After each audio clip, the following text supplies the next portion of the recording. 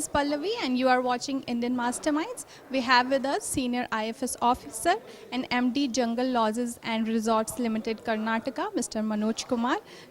Welcome, sir.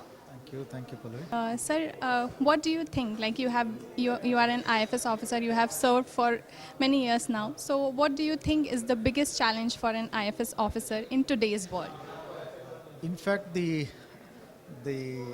aspirations of the nation, like as a developed nation, the country wants to see as a developed nation, and certainly it cannot come, without the putting pressure on the natural resources, and that's where the challenges are, become bigger and bigger for the forest officers to balance between the realizing the aspirations of the nation in terms of growth, economic growth, and also safeguarding the ecological interest.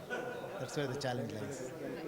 And also, let's talk about the uses of technology in protecting wildlife and dealing with the wildlife crimes. Like since you are from Karnataka and it's the hub for IT, so what do you think the technology has the role in conservation and in wildlife protection? In fact, especially the crime detection has become quite easier and then more efficient in terms of technology. Especially, we have been able to get the data dumps, follow the mobile movement, and also tower dumps. When we are able to know which time, which particular network they are used, and then which mobile numbers are used, and that has been a great help for detecting the offenses quite quicker and faster. And also building up the evidences against the accused has become quite effective. And the present technology of DNA and then the forensics is also coming in a very handy in terms of detecting the and also the building of the evidences. But this is the preventive. This is more of like post-mortem kind of thing. But preventing wildlife crime, that's where the technology has been quite helpful. Like we have been using the drones in our field things whenever there is a boundary, like people are trying to encroach. So we have real-time, alerts now. If there is a clearance of like even a 1 hectare patch, suddenly there is an alert coming to the head office and also the field officers. That's helping us. And with the help of the government of India, we have been able to now effectively monitor the fires, forest fires, using the greatest technology. That's also been quite helpful. And the other applications like mobile apps where we are monitoring the patrolling thing, we can log in and then we can know how much where we are monitoring, which area is being properly monitored and which area is not being monitored. So that way also the technology has been quite helpful. And as of now, there was always a dispute between the boundaries of the, like revenue, forest, and then also others. Now the technology has come very handy in digitizing almost all the records, forest records, and at the click of the buttons, we know that what area is there, and it's also there in the public domain. Even the people who are going to purchase the land, they are able to first ascertain whether it's forest land or not. So that way, the litigations are coming down, and then the conflicts are also coming down. And sir, right now you are managing director of Jungle Lodges, and I want to understand two things from you, like how it has helped to boost wildlife tourism, and what do you think, like how we can make wildlife tourism more sustainable, environment friendly, and friendly for the wildlife also, because I know for a fact that animals are also disturbed by too much presence of population, vehicles, and all. So your take on your opinion on that. Uh, Fortunately, in Karnataka, the only agency which has been recognized and put in place is the Jungle Lodges and Resorts. It's a government-owned company, and all 100% shares are with the government. And then we started with one property in Kabini, and now we are 29 properties. As long as the aspirations of the people increase, so we also increase the locations. And here, in order to practice the sustainability and also reduce the footprint, carbon footprint, we have a minimum number of rooms. Like, to give an example, most of my properties, average number of rooms is 10. Just 10 cottages, and that too tents, and then thatched roofs, and then not much paraphernalia. You don't find concretized flooring and everything. It is just totally sustainable thing. And we have only one property which is not within the forest area but outside, which is a Kavini, which is close to forest, and it is having 36 rooms. You won't believe the amount of pressure we have to increase number of rooms. Even if I make 100 rooms, it will give me the good business, but that is not our objective. Objective is to keep the carrying capacity in our mind and also give the best possible experience of nature. So with 36 rooms, we have been able to cater to a huge number of people, and the number of vehicles which are permitted in the park is limited. Like 16 vehicles.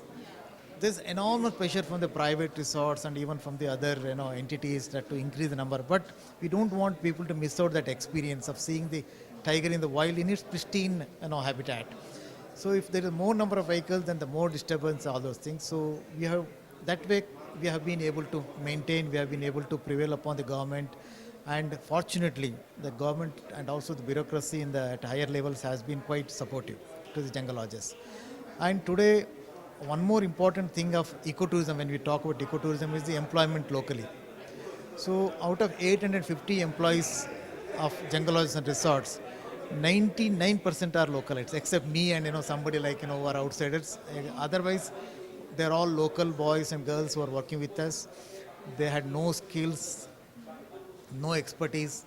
We trained them, we employed them. Now they're the best ambassadors. And we have least conflict in those villages because they're all employed from that villages only. And they have been the very good ambassadors also because they, in their own colloquial language, they communicate with the people who are visiting. People feel at home. And then food which is cooked also looks like, it's a homely food. They don't feel that they're eating in some hotel and other things. So employing local people and generating the economy, like, most of my resources also, like, the vegetables, the food grains, most of it comes from the local people. So my drivers, my naturalists are all localites. So that also is in a way is helping in a positive way to the local economy and also indirectly the benefiting the forest from conservation point of view. And another important benefit of having the government agency in this particular sector, especially in Karnataka, is that within the available rules, like only the government agency, temporary structures, following carrying is possible because the agency is not looking for the profit. Profit is not the main motive behind this. It's only to give the experience. So that we have been able to achieve very effectively. And also, people who come to jungle lodges are also not that they expect very hi-fi things. They expect the decent cottages, and those things, and then they simply love it.